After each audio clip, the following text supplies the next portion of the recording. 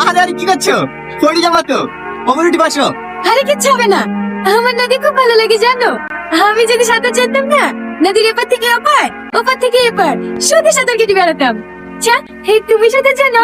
না। দূর মিথ্যা কথা, নদীর ধারে বাড়ি আর সাঁতার জানো না, কে বোকা বানাইছো না? বুঝছো?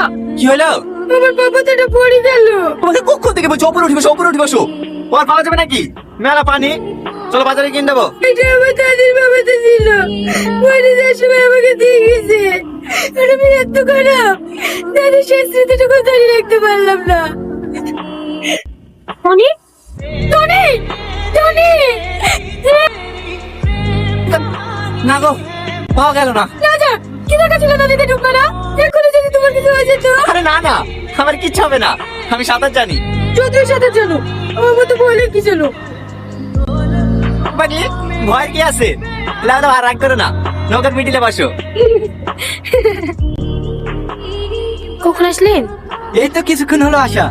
যাও রেডি হই নাও গা, বাজারে যেতে হবে। এনে বারবার ফোন করে জুতো ব্লাউজের মাপ জিজ্ঞেস করা থেকে ভাবছি তোমাকে লেগে একবারে বিয়ের বাজারটা সেরে ফেলবো। আব্বা জানে?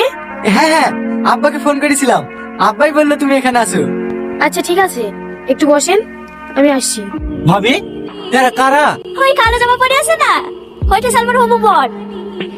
হবু